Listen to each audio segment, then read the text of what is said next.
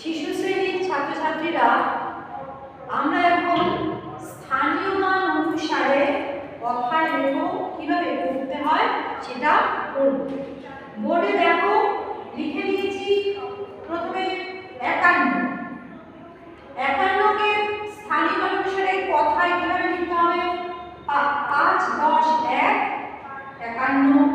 আর এখানে স্থানীয় মানের এই ছকটা কাটতে হবে একক দশক, তারপরে একক দশক অনুযায়ী এই 51 কে লিখতে হবে। দেখে নিচ্ছো এককের ঘরে 1 আর দশকের ঘরে 5। এইটা হলো স্থানীয় মানে সাজিয়ে নেওয়া হয়েছে। আর এইটা হলো এই 5 10 1 এটা হলো আমরা কথায় লিখেছি, 51 কে কথায় লিখেছি। এবারে যদি তোমাদের 55 দেওয়া হয় তাহলে তখন কিভাবে করবে?